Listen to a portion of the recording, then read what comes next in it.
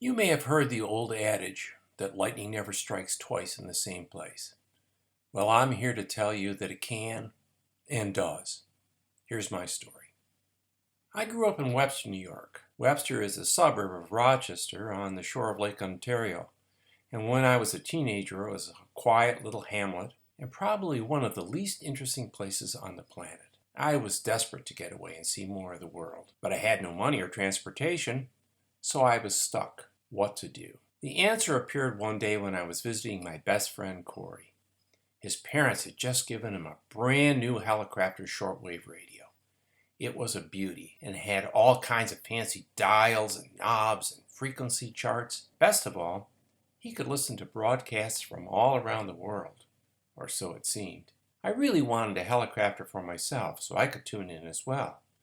But as I said, no one in our family had any extra money to spare. However, my parents did their best, and under the Christmas tree that year was a small purple-colored radio.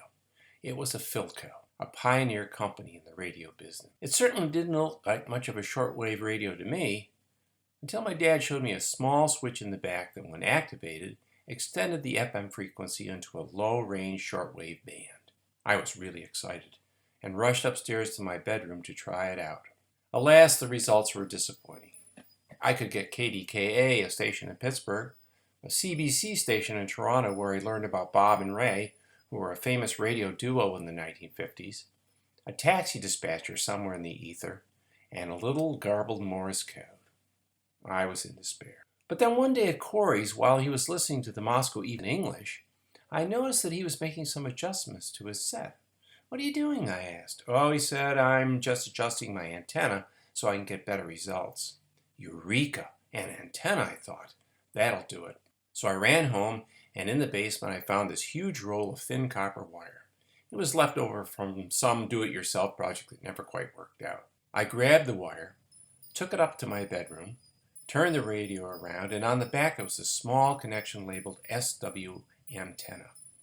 I hooked the wire into the clip, ran it under my bed, across my bedroom floor, out the window, over the garage roof, and up into the attic. Once I was in the attic, I wrapped the wire around and around the eaves. There must have been hundreds and hundreds of feet of bare copper wire hanging there. I went back downstairs and tried my new antenna. I was so excited. What would I hear? What new and exotic locations would I discover? Well, you guessed it.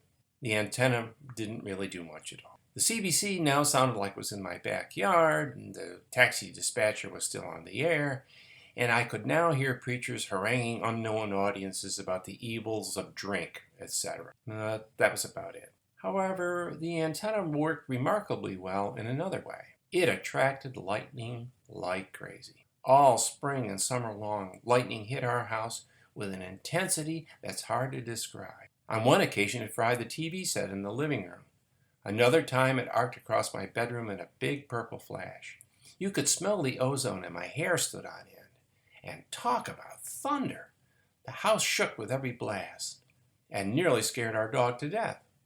Unfortunately, neither the lightning nor the thunder improved my radio reception. So, that fall, I reluctantly disconnected the antenna, and lo and behold, the lightning looked elsewhere. Now, you would have thought that someone in our household would have realized that installing nearly 400 feet of copper wire in your attic wasn't a very smart idea when it came to attracting lightning. But it wasn't until years later, when I had moved to Toronto and had a real shortwave radio of my own, that I bothered to read the instructions. If an external antenna is installed, disconnect in the event of a thunderstorm. Failure to do so may result in permanent damage to your radio or other appliances. Duh.